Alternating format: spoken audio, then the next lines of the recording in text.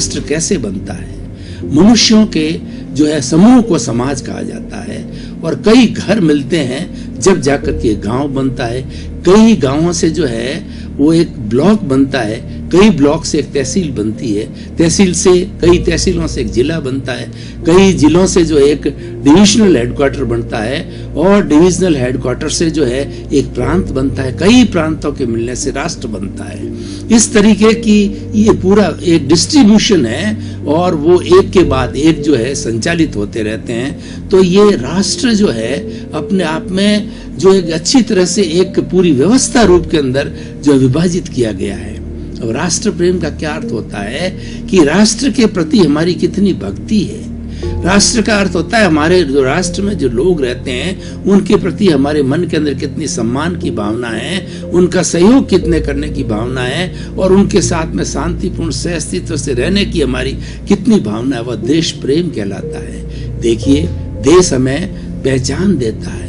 हम कभी विदेश के अंदर किसी भी देश में, आज पूरे विश्व के अंदर 210 कंट्रीज है जो कि यूएनओ के मेंबर है, किसी दूसरे देश में जाते हैं तो हम कहते हैं I have come from the India, I am Indian. तो ये हमारी पहचान हो गई। हर देश का व्यक्ति अपने अपने देश की पहचान देता है। उससे उस पहचान देने से वहाँ की संस्कृति, वहाँ का रहन सहन, वहाँ के रीति रिवाज का लोगों को मालूम पड़ जाता है, और हम अगर इंटरेक्ट करते हैं तो और ज्यादा डिटेल के अंदर वो जानकारी मिलती है। विदेश में हम जाते हैं तब देश की बात होती है, अलग अलग प्रांत की बात नहीं होती। वहाँ हम यूनाइटेड होकर के हम भारत के नागरिक कहा जाता है। तो भाई और बहनों, दर्शक एवं श्रोतागण, देश प्रेम के क्या क्या सूत्र है, किस तरीके से देश प्रेम को हम टिकाऊ रख सकते हैं, उन बातों को हम थोड़ा विश्लेषण करेंगे।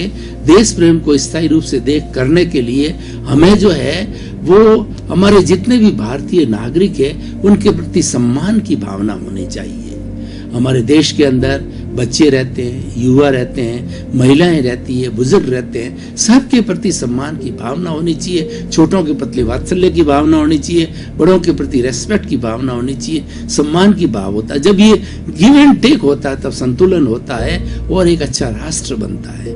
दूसरा, देशभक्ति की क्या भावना होती है कि हमारे देश के अंदर कोई भी आपत्ति आ जावे, जैसे मान लो कि भूकंप आ गया, अतिवृष्टि हो गई, अनावृष्टि हो गई, सुनामी आ गया, तो उससे हमारे देश के लोग जो है प्रभावित होते हैं। जो लोग प्रभावित होते हैं उनकी सहायता करना पूरे देशवासियों का फर्ज होता है। तो दूसरे प्रांत के लोग, दूसरे गांवों के लोग जो कि अप्रभावित है, उन्हें उनकी कठिन परिस्थिति में उन भाइयों की जो है हमें भोजन के द्वारा उनको शेल्टर दे करके, अगर कोई वो बाढ़ के अंदर फंसे हुए तो उनको निकाल करके, और कोई इंजरी हो गई है तो उनकी जो है हम स्पॉट पे जाकर के मरहम पट्टी करके उनको हॉस्पिटल ले जा करके हम उनकी मदद करते हैं। यानी हमारे देश के नागरिकों के प्रति जो मदद होती है वो एक राष्ट्र प्रेम की परिभाषा में आता है। अगला ये है कि हमें हमारी संस्कृति का ध्यान रखना चाहिए। जैसे कि हमारी ईस्टर्न सिविलाइजेशन है भारत की, और दूसरे विदेशों की जो सिविलाइजेशन है वो वेस्टर्न सिविलाइजेशन है, जिसको कि पाश्चात्य सभ्यता कहते हैं, और हमारे देश की सभ्यता को प्राच्य सभ्यता कहते हैं। तो हमारी सभ्यता और परंपराएं हैं, उनको हमें मेंटेन करना चाहिए, उनका हमें पालन करना चाहिए, उनके प्रति हमें गर्व होना चाहिए और गौरव होना चाहिए। देखिए, मैं कुछ ऐसी चीजें बताता हूं जो कि हमें गौरव करने लायक है। सबसे पहली बात है कि भारत एक आचार प्रधान देश है, धर्म प्रधान देश है, और भारतवर्ष के अंदर कितने कितने जो है हमारे होली स्क्रिप्चर्स यानी धार्मिक ग्रंथ है, गीता है, भागवत है, और अपने जो वेद है, उपनिषद है, त्रिपिटक है, आगम है, आरण्यक है, ब्राह्मण है, कितना का नाम बताऊं। ऐसे बहुत ही अच्छे अच्छे शिक्षाप्रद जो है हमारी भारतीय संस्कृति के धार्मिक ग्रंथ है।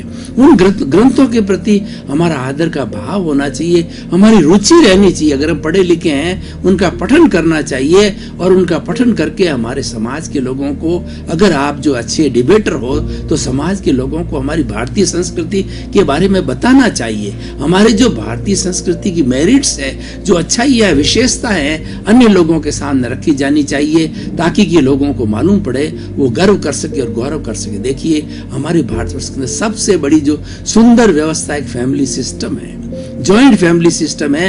एक जॉइंट फैमिली के अंदर 3-3, 4-4 जनरेशन एक साथ रहती, 100-100 मेंबर एक साथ रहते हैं और वो आपस के अंदर अपना दुख दर्द बांटते हैं, किसी को तकलीफ नहीं होती है, हर एक का काम डिवाइडेड होता है और हर व्यक्ति बड़ी चैन की सांस लेता है। और जहाँ पे यूनिटी होती है, संयुक्त परिवार होता है, कोई बाहर का एलिमेंट जो है किसी व्यक्ति को दुख नहीं दे सकता, क्योंकि उनके बीच के अंदर एक यूनिटी होती है। तो सारे के सारी यूनिटी की वजह से सभी सदस्य, अगर किसी सदस्य को कोई व्यक्ति जो है कोई परेशान कर रहा है तो उससे निपटा जा सकता है। तो ये जो है हमारी भारतीय संस्कृति के पारिवारिक सिस्टम की व्यवस्था है। और हमारे यहाँ बड़ी एक सुंदर व्यवस्था है कि व्यक्ति जो है हिंदू धर्म के अंदर व्यक्ति एक पत्नीक होता है या एक पति होता है, स्वदार संतोष होता है। उससे क्या है कि जो व्यक्ति की काम की बात होती है उसकी भी तृप्ति हो जाती है और समाज के अंदर अनैतिकता नहीं फैलती है।